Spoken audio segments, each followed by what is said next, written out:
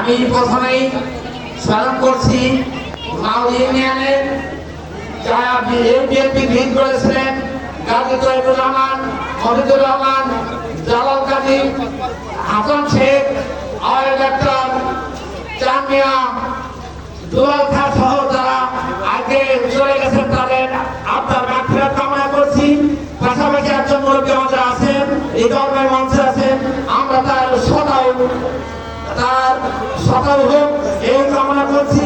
বক্তব্য বেশি দেবো না, শুধু একটা কথাই বলবো, এই মাউলি ইউনিয়ন খুলনা মিটিং এ যাওয়ার পথে যে 1 থেকে 150 জন আহত হয়েছিল তাদের রক্ত এই নবগঙ্গা নদীতে মিশে আছে।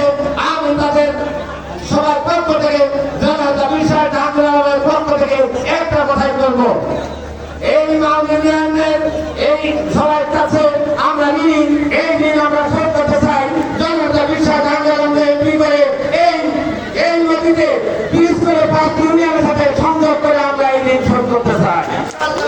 আমরা এই দিন শোধ করতে চাই। মাউলি ইউনিয়নের প্রতিটা অনার্জিত অবৈধ রাস্তাঘাটের উন্নয়ন করে জনতা বিষয় আন্দোলনকে এমপি করে আমরা এই দিনকে শোধ করতে চাই। প্রতিটা স্কুল কলেজের উন্নয়ন করে জনতা বিষয় আন্দোলনকে এমপি করে আমরা এই দিনকে শোধ করতে চাই। মাউলি ইউনিয়নে প্রত্যেকটা ঘরে কর্মসংস্থান সৃষ্টি হবে বিষয় আন্দোলনের মাধ্যমে। এই আশাবাদ ব্যক্ত করে আমি সংক্ষিপ্তভাবে বক্তব্য শেষ করছি। ধন্যবাদ সকলকে।